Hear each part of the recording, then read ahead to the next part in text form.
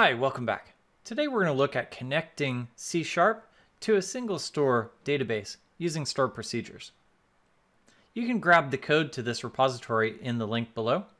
Let's dig in. We can see from the README we have 3 steps. First step is to sign up for a license. Second step is spin up a SingleStore cluster. We have a cloud, VMs, or containers. And then third, we'll run our application. So first step, sign up. Click on this link, fill in this form. Once you've done so, you'll get a link in your email that will get you to this portal. Now, when you first log in, you can click on Getting Started. You can click on Software Licenses to grab your free license, or in this case, SingleStore clusters. Now, I've already created a cluster. That's step 2, and we can dig straight in. Open SingleStore Studio. When I click Open SingleStore Studio, I get straight there. We can take a look at databases in this cluster. And right now we don't have any. SQL editor. Perfect. Let's come into our solution and take a look at init.sql. Here inside init.sql are all of the content that we need to create all of the stored procedures. So let's copy that, set it in place right here, and start to do them. First step, create a database. We've got our database created. Now let's use that database. Perfect. Now that we're in that database, we can create this table. I'll hit Control Enter. And now we can start to create these stored procedures. Now this delimiter means that all of these things, even though there are some semicolons in there, those actually won't get counted as termination lines. Rather, we'll go create all of these stored procedures. And then at the very end, we'll put it back. Perfect. We've got all of our stored procedures in place. And let's call one just to make sure that we've got it. We'll call messages create. Great. We've created one with ID 1. So we've done those first 2 steps. We signed up for a SingleStore license, and we've started our SingleStore cluster, in this case using the managed service trial and running init.sql in place. Great.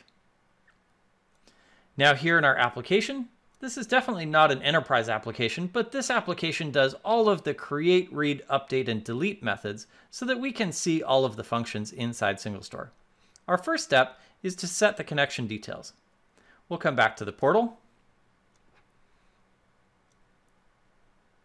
I see my master username is admin, so let's set this to admin. I'll set the password to the password that I set when I created my cluster. My database is Acme. The port is 3306. That's perfect. And my host, I'll get that from this endpoint right here. Copy the host, come back in here, and paste that into place. Great.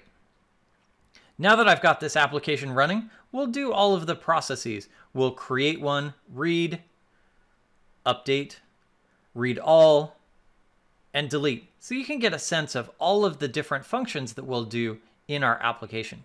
Let's run it and see how it works.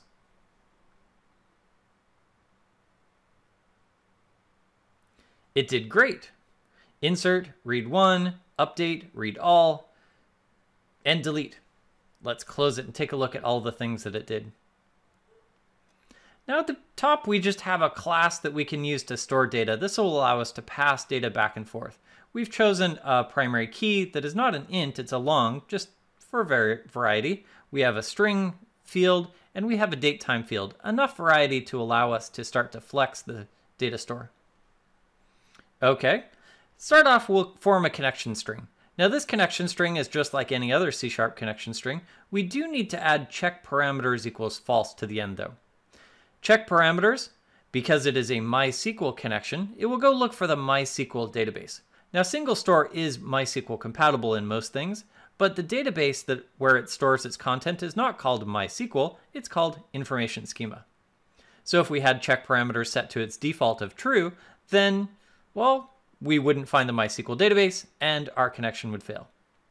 So we'll create a new MySQL connection using the standard MySQL NuGet package, and then we'll go through create, read. As we read it, we'll write that one to the console. We will update it, passing in this updated string, and read all, looping through each one, outputting that message, and finally delete. Let's take a look at each one of those. Create.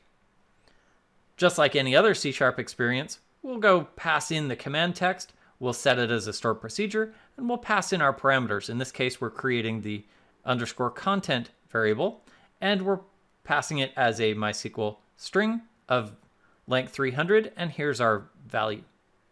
If we flip over to init.sql and we take a look at messages create, we see that we take in this _content variable, and then we insert into the messages table that content, and ultimately we will echo back the last inserted ID, that ID. Back in our program, we'll grab that ID, unsigned long, and we'll return it as just a regular long back to our application. Next up, read one. We'll call the messages read by ID store procedure. We'll pass in our SQL parameter, the ID, and it is an int 64, and here's that value. So here in the messages read by ID, we'll pass in the ID, and we'll echo ID, content, and create date from messages where ID equals ID. Now I just used the underscore so that we could tell the difference between the parameter values and the field names, but that isn't necessary.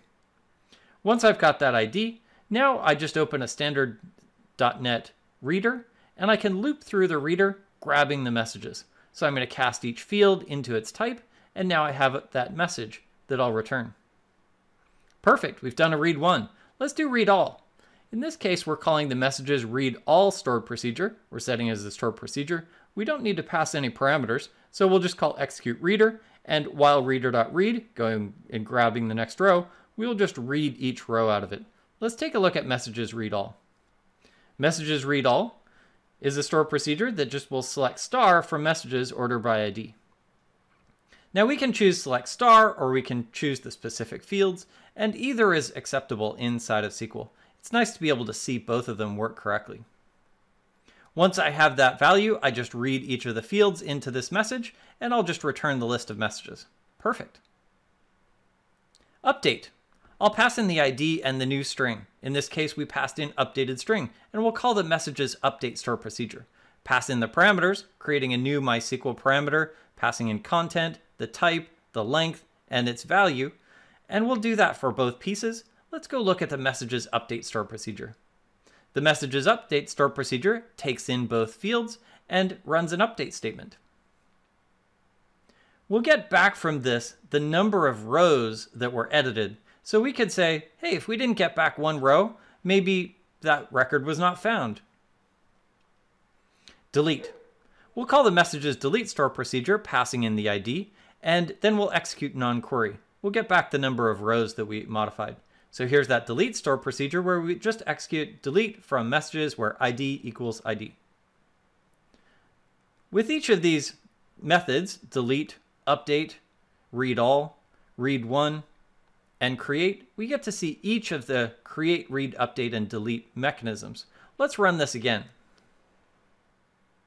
We start off by creating a new row. In this case, we inserted ID 3.